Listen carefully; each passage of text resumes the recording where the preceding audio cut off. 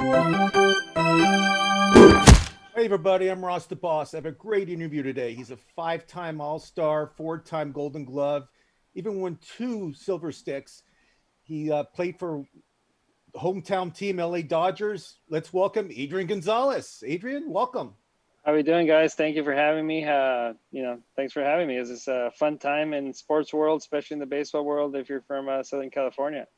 I mean, the Lakers won, but now the Dodgers turn. I mean, did Yeah. you think that? I mean, I had no. I knew the Dodgers were going to come back to that 3-1 deficit. Did you have any doubt that we're going to win that? Did you think they're going to win after being down 3-1 games? It's tough. I mean, it's tough because any little break that goes against you, or like we saw yesterday, and then we saw it in Game 5. One little base running mistake and just switched the whole series around. And the Braves are looking pretty good in Game 5 until that base running mistake, and then everything just kind of one swing at the bat later. Will Smith against Will Smith, and that's the series really. It's tough to say that you knew one was going to happen or the other, but I think I knew that the Dodgers had the best team. They had the better players. They have the most exciting and the most powerful and all that. So when you put it over a seven game series, usually, the best team comes out on top. For some reason, Adrian, I had no doubt the Dodgers were going to win the series. I don't know why. They were down 3-1, and I just had a feeling that they were going to pull it out. I mean, it just I guess their whole season having the best record and just coming back down. I mean, you watch most of the games, right? I watched. Yeah, I did. I did this series definitely. I watched most of the games. I mean, this season they Yeah, were coming back they were down in the seventh inning. They would come back and win games every day. yeah, I mean, it was they did. a great season. It was They unbelievable. have a great team. Um, Talking about playing baseball, Mookie Betts, $400 million contract. Rumors speculating that you might come back and play baseball again. Tell us your plan. It was actually going to be this year. I was hoping for it, but COVID hit and kind of derailed those plans. We'll see next year if that still has the same effect, or I still want to do it, but we're going to see how COVID works and everything. But I want to come back, play for about a month leading up to the Olympics, go play in the Olympics with Team Mexico, and then we'll see where we go from there. But I don't have any desire, I would say, to play Major League Baseball. I was going to ask if that was your major driving factor to play for Mexico. Yes. So it sounds like that is the case. You want to do Correct. that and not return to the grind. Yeah, no, exactly. Yeah. So Kind I of also wondered get myself ready for the Olympics. Yeah, I wondered what it was like for you to watch the Dodgers playing the Padres. Did you feel at all divided between the two? What was that like for you? I was divided. Grew up a Padre fan, grew up in San Diego, Tijuana. Obviously now, hold both organizations very dear to my heart. Had the best of time at both places. But right now I have many friends on the Dodgers, and, I don't have anybody I play with on the Padres. So from a friendship standpoint and from that perspective, Dave Roberts is one of my best friends. I'm rooting for the Dodgers from that perspective. But, it's hard to say like I'm rooting for one organization over the other. I think if I'm rooting more for friendships than anything else. Right. And Dave Adrian, Roberts came up with the Indians, I think. I know he was on the Indians. I watched him. I think so. Yeah. He so was so dynamic on the base pass. Kershaw, for some reason, can never get into gear for the playoffs. Do you think it's a mental thing with him, or is it physical, or what's the deal with Kershaw in the playoffs? Is he never gets in fifth gear? You know what I mean? It's always he pitches a few good innings and then gets rocked. You know what I mean? And it's frustrating to watching him.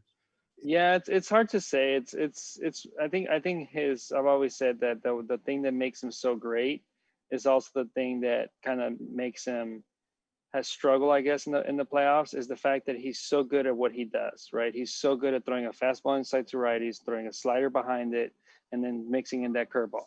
But in the playoffs, the teams actually take the time to study for it, and they realize this is what he's going to do.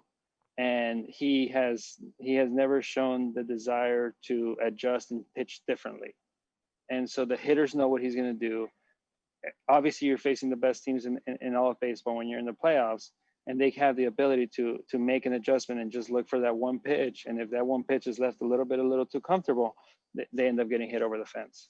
Who are some of the young stud pitchers that you like to watch that you think will be like maybe in the Hall of Fame someday? Is anybody comes to mind that's pitching right now that you're saying, oh God, I hope I don't have to face this guy ever in my career? I mean, is there anybody out there that you really think is going to be great? I mean, there's a lot of great young pitchers right now. Unfortunately, it's tough to say, but the Rays have a lot of them.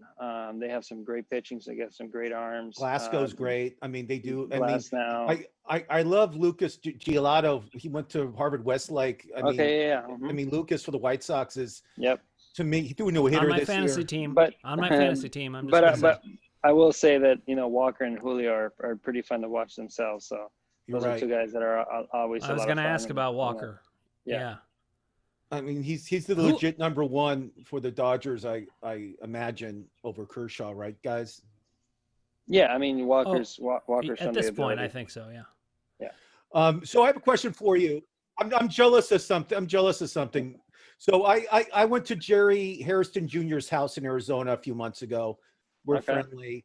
He has an unbelievable man cave. He says his man cave is better than yours. What I saw pictures of your man cave. I'm jealous of it. Tell me what your favorite item in your man cave is. I know you have a lot of cool stuff. Tell us about it. My favorite item in my man cave, I would say, is kind of like a limited edition gift that Tony Gwynn did. When he hit to commemorate his 3,000 hit, they did this really cool 3,000 balls that he signed all individually, and each ball has a specific number, 1 to 3,000, and then there is a little plaque next to it that is also signed. So it's kind of like a little gift package that they put together for his 3,000 hit, and so it's 1 of 3,000. And it's Tony Gwynn, the player I grew up watching and admiring and wanting to be like. So for me, that's probably the best possession I have.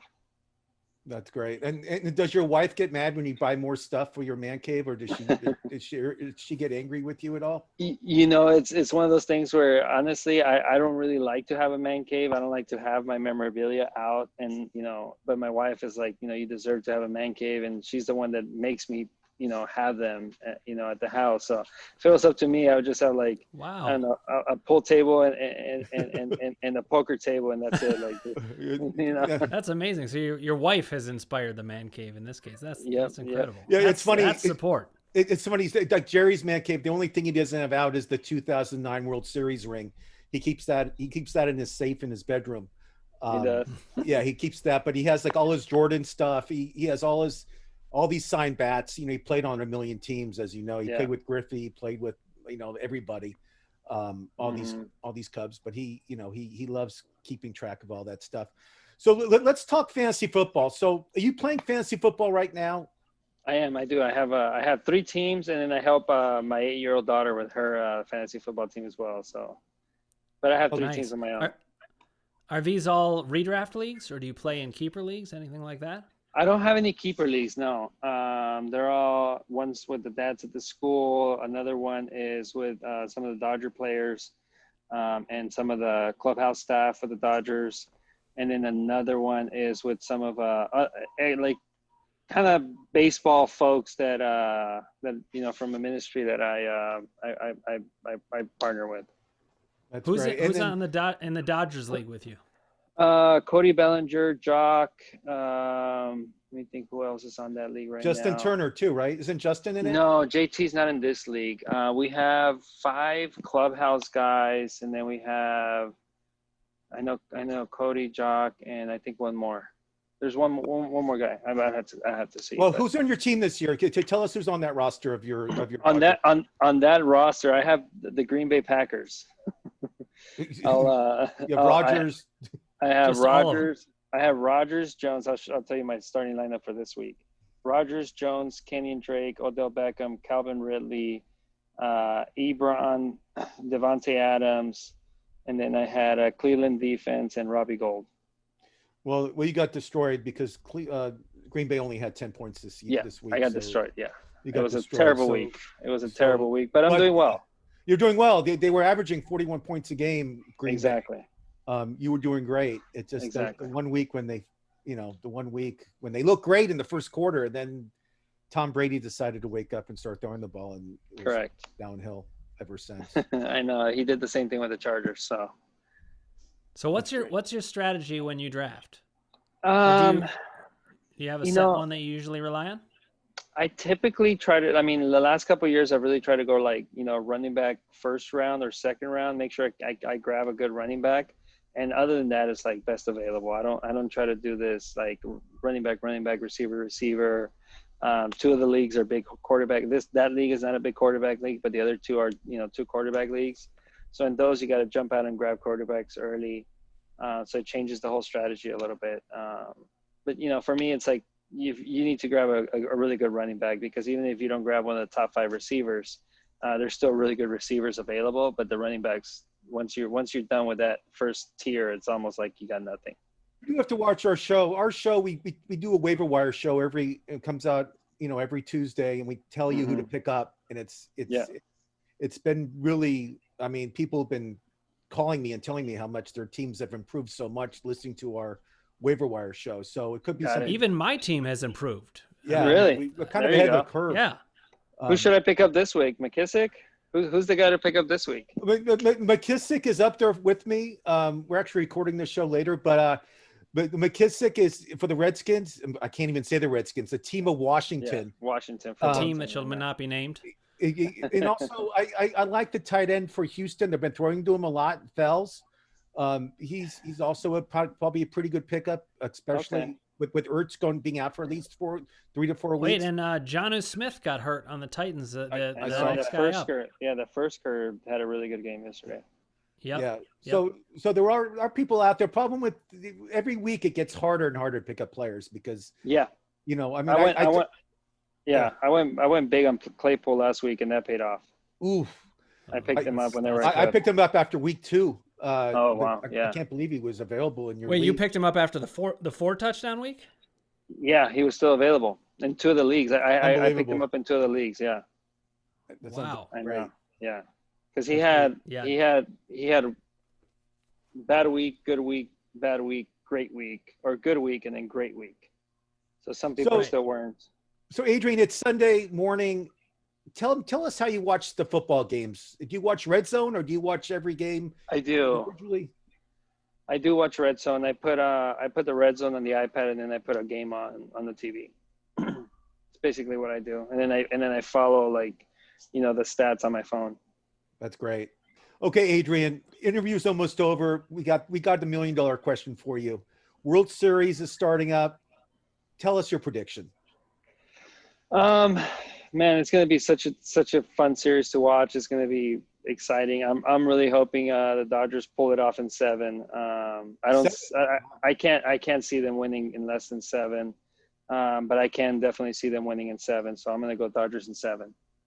And you're not going to Dallas, or you're staying in LA. You're not going to fly out, even though there's a big contingent of Dodger fans in Texas right now, and they're allowing fans to go. You're going to stay in town, correct? I'm trying to watch it from my house where I can see every pitch and enjoy the game from the TV, because it's being in the game is extremely exciting, but you don't get to watch every pitch. So you'll watch every pitch, and you're not working or anything. You'll be watching the games with your family. Obviously, you're not having people over, are you? No. Yeah. Okay, good. Just making sure. I'm part of the police here. I police everything in LA. Nice. I like it. I'm the police. Adrian, thanks for coming on. Great guest. Love to have you on again. Your prediction is 7 games Dodgers. Ross the boss is going to make his bets right now. There you go. But thank you for coming on, and hopefully we'll see you again soon. All right, guys. Appreciate it. This was fun. Thank you, guys. Okay. Thanks, man. Thanks, Adrian. All right. See ya.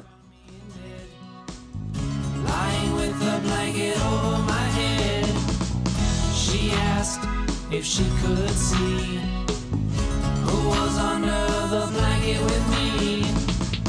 I said, you don't want to find it is Hideki Matsui in my